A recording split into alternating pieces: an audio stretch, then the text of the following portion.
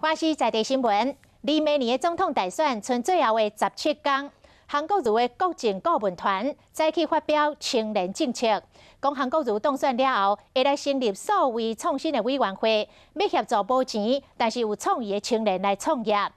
这韩国瑜的阵营嘛来选出着民进党10大优秀的青年来竞体讲，是毋是有关系，就会当进入公部门占位领高薪的。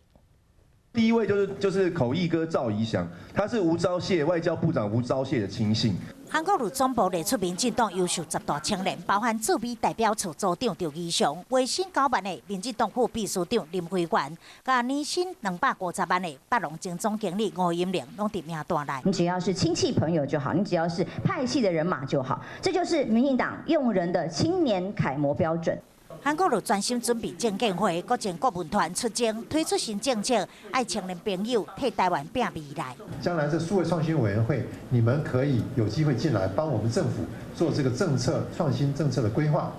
选时成立数位创新委员会，只是甲伫马政府时代加入历史的青辅会，即摆教育部青年署功能有啥物无共？自己要企图创业的这种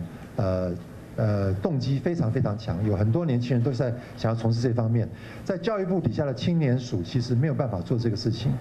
原来选民嘛关心鸿海创办人郭台铭，离别时阵会到高雄参加国民党立委候选人文涵的造势活动。另外，前议长王金平嘛出席，有机会甲韩国瑜再出合体，伫选战最后大团结，展现胜选气势。